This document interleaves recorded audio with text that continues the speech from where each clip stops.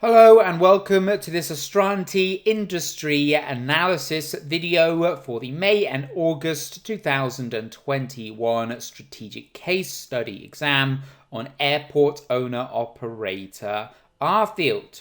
Now this video is going to serve as an accompaniment to the pack, and what I'm going to do is go through and highlight some of the key points from the industry analysis pack, focusing primarily on the application to the pre-seen sections, and also some of the industry examples at the back of this pack, talking about why they are relevant and how they are relevant to our field and how you can use these industry examples in your exam.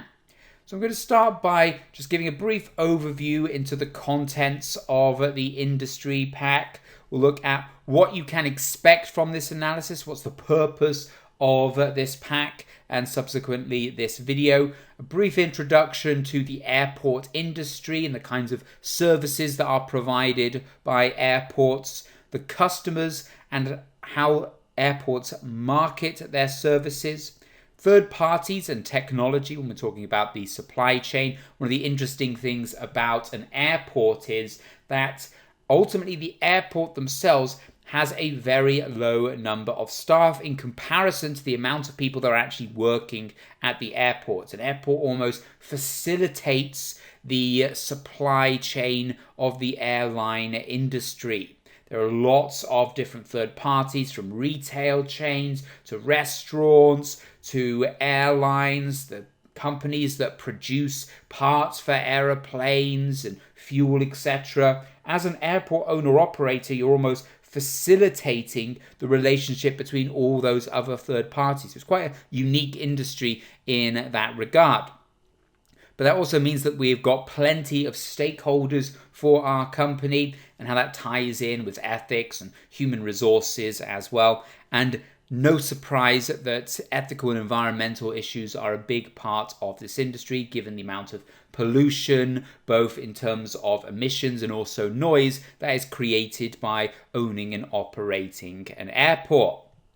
Then in Chapter 6, we'll look at a real-life company. We're going to look at Heathrow Airport Holdings, which is the organization that owns, surprisingly, Heathrow Airport, and also some other key airport companies as well. So you can be aware of the kinds of companies that are out there, the size of them, and the scope of their operations, before finishing by looking at the issues that are facing the industry at the moment, be they economic industry issues, be they political and legal issues, or environmental issues.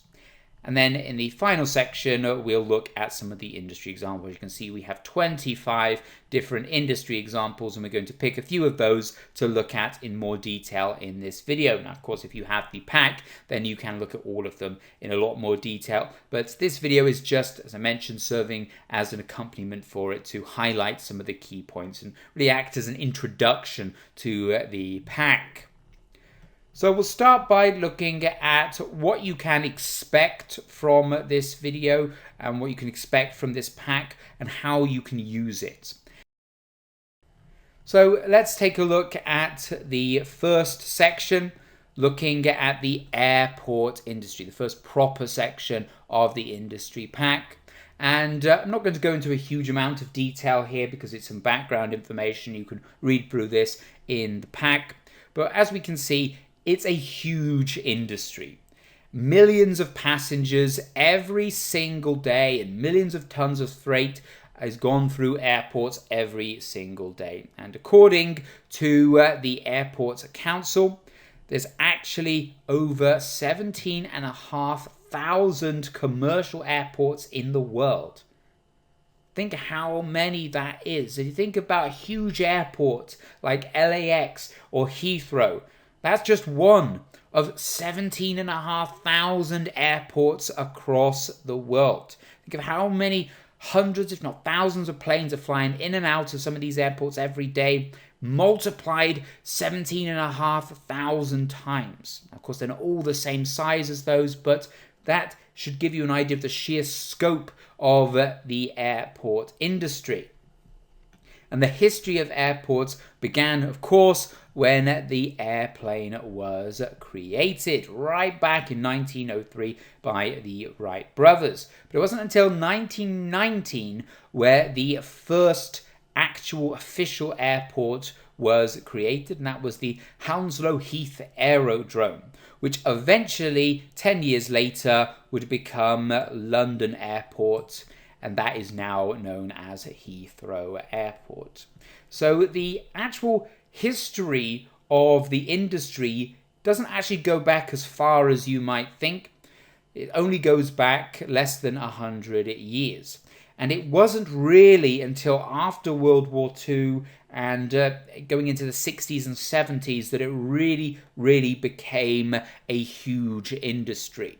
Because this was when air travel became more efficient, more effective, and whilst air travel would have just been for the wealthy or just for freight, etc., in the early days, in the 70s it started to become within the reach of the common person. You started to have more foreign holidays, etc. And that's how it has grown over time. You see here a bit about how that actually a lot of the airports were existing military bases that had been converted after World War II because there was not as much need for so many military air bases, etc. And then fast forward to the 1980s, and in the UK in particular, they started to privatise a lot of the airports that had originally been owned by the British government. And this was to keep the airline industry more competitive because it was more sustainable. Originally, governments had, as I mentioned in the preceding, governments had owned them because they needed to heavily subsidize it, etc. And it wasn't sustainable in itself at that point, but they realized the importance of growing commercial trade, etc. And so they have privatized it, selling off to lots of different countries to try and minimize the monopoly effect. If they sold it all to one company, then that one private company would have had too much control over it. Although, interestingly enough, the actual company in the pre-scene, Arrfield, does own the two big airports serving capital cities. As I mentioned, was controversial when they purchased Capital City Max. So again, thinking about it from a UK perspective, that would be like the same company owning both Heathrow Airport and Gatwick Airport, the two big main hub airports going into London, which is one of the busiest cities in the world. And actually, this privatization trend has occurred all across the world, particularly in Europe, Australia, South Africa, and 41% of airports are now completely owned by private shareholders. Now, of course, in the United States, this was never a problem because none of the airports in the United States and the airlines, etc., were ever owned by the US government. They've always had private airlines and private airports. And the 1990s has seen a introduction of the really cheap no-thrill airlines, think of EasyJet, Ryanair, and this has also contributed to the growth in passenger travel, but has also put more perhaps restraints or more causing more issues for the airline industry and the airport industry because the profitability of it has perhaps been squeezed, the margins have been squeezed a lot more, and it's led to a lot more planes taking off and landing, and we can see that that trend is going to continue with a predicted increase from 236 million to 465 million passengers in the next 10 years. But one thing we can also see is that the demand for air travel does rise and fall based on issues in the economy. For example, in the recession, there was a huge decrease, and the September 11 attack as well caused a huge decrease in the amount of people and the demand for travel, and also permanently affected security. Security costs have always been higher since 9/11 with the amount of extra security that was brought in place as a result. And in general, the industry as a whole is expected to keep growing with a 3.7% increase in passenger traffic and a 2.3% increase in air cargo. So what does this mean for the company? Well, we can see that Arrfield itself was also privatized in the 1980s, similar to Heathrow Airport, and it's the largest company in Norland. It's the largest airport company in terms of revenue, and the total number of flights. And it's probably a big company in the world as well. We haven't been given any information about global competitors at this point, but it did speak about Capital City International and Capital City Max both being in the top 20 busiest airports in the entire world. And if we look at Skylane's accounts, which is supposed to be the second biggest company in Norland, it's supposed to be the primary competitor to Arrfield. By revenue, they're over 3 times the size of Skylane. So very big, powerful company, very prominent within Norland. And like actual airports in the actual world, they're completely dependent on airlines. They need to have airlines that are using their airports, otherwise they've got no business. For starters, over 60% of the revenue for the organization comes from the landing fees and passenger fees and terminal fees, those aeronautical fees, and even the things that aren't aeronautical related, all the revenue and from the dining, etc. That's all still completely dependent on the airlines, because if there weren't passengers coming to the terminal, then you wouldn't be getting that revenue either. But what it does mean for the differences in the trend, what it means for Arrfield, is that the rise in no-frill airlines will have a direct impact on operations, because they're likely to pay a far lower fee because they've got to pass that on to the various different passengers. And also, the cheaper airlines will often not use the air bridges. So there's big bridges that come out of the terminal directly onto the aircraft, because the airport charge a very high fee for those. So they, as a cheaper alternative, they park on the aprons and things like that, and you have to take a bus out to it, and there's a bit of an annoyance for you as a passenger, but you're willing to do it if it means you save a lot of money on your ticket. But the problem is, and the pre-scene specifically mentions this, is that having to use a bus and the towed stairs on the aprons to load the planes, offload the planes, etc., is far less efficient for the airport's operations. It's much quicker and more efficient for the ground crews, etc., if they can just park, if the plane can be parked right by the terminal, the bridge can be extended, everyone can come off, everyone can go on, and the plane reverses out and takes off again. So it's going to have a negative impact on our organization's efficiency, which of course is very important, if the rise in the low-cost airlines continues and they keep using these towed stair gates. We might have to change the pricing structures, etc., so we can encourage the various different airlines to use the air bridges, considering that we already have them as well. Now finally on to chapter 8, just going to look at some of the industry examples, and these are all things that are real things that are happening in the real world right now that will be relevant to certain issues that were present in the pre-scene, and so you can potentially use these in your exam. And these look at the actual issues themselves, the kinds of areas they would be relevant to, and also we have got our example paragraphs as well, so how you might potentially use them in your exam. The first one we're going to look at is about Panheim buying Veriscan to boost airport security offerings. Now, this is a travel services provider, and it's bought this particular technology, Veriscan, and it's currently being used by over 40 airlines and airports around the world to provide passenger boarding biometrics. So it authenticates the identity of the passengers, enables their faces to be used as their passport and as a boarding pass. It's been used on more than 1 million passengers already. So a very quick and efficient way of using biometrics to authenticate who people are, rather than lots of tickets and passports and all these sorts of things. Now, this is particularly an issue with regards to security and digital technology and IT, but also about acquisitions as well, because they purchased this technology. An acquisition can be about purchasing technologies. It's not just about purchasing another airport or something like that.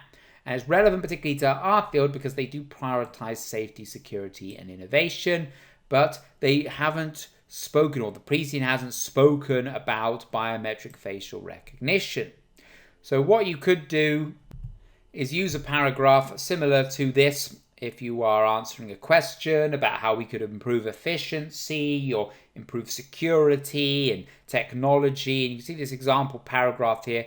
We've spoken about our own values, how we want to be at the forefront of innovations, we want to be safe and secure, we want to improve our operations, be efficient. We have an obligation to our airline customers, our passengers, etc., to be efficient. We can talk about this service that's been recently acquired and talk about how it's changing the way that passengers board flights, making it more efficient, and the fact that it's already been used on 10,000 flights already. And that's how it could help us be at the forefront of innovations, which is something that we as an organization value.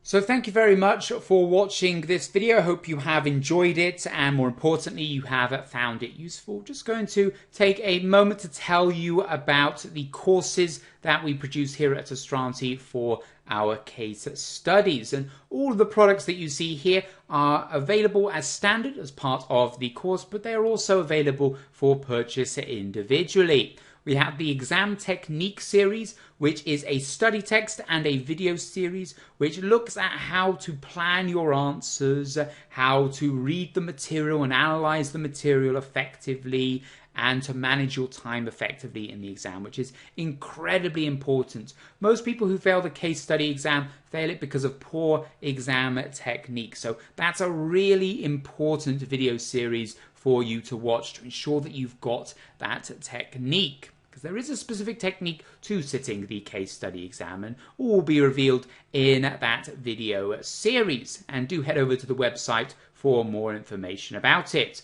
We then have our theory revision series, which again is a study text and a video series, and that looks at the specific theories that are relevant to the case study, because a lot of the material from the E's, the P's, the F's won't appear in the case study. It's only specific topics that are frequently tested in the case study. So to save you from revising all the E's and all the F's and all the P's, we've created a more condensed revision series to refresh yourself of the knowledge that you'll need for the exam.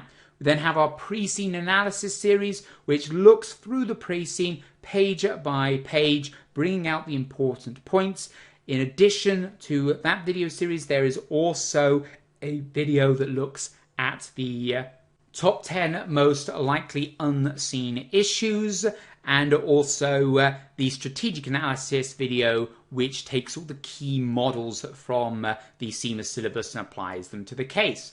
We then have our industry analysis pack, which is a large document that looks at the industry that the pre-scene is based on, looks at all the real companies that are actually operating in that actual industry in the real world, looks at how they market, what the suppliers are, what the key stakeholders are, how they operate, industry trends, and also a series of industry examples that you can use and reference in your exam. And we've got sample paragraphs to show you how you would use it in the exam, and that's a document. There's also an accompanying video with it.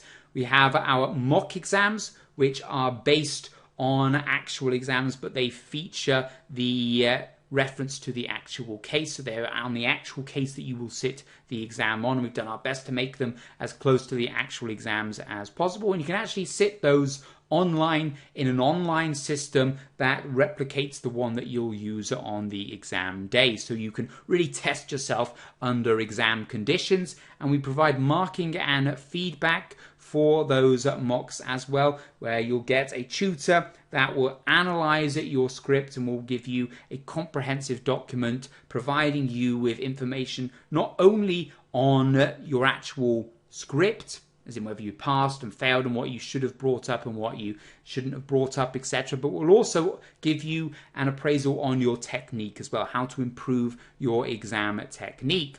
We then have our question packs, which is a series of shorter mock style questions based around the core activities. So if you find that you really struggle with certain parts of the CIMA syllabus that will be a really good way for helping you. For example, if it's the core activity A's that you're always struggling with, or the B's that you're struggling with, you can look at the specific core activity A pack, which will give you questions based on those subjects.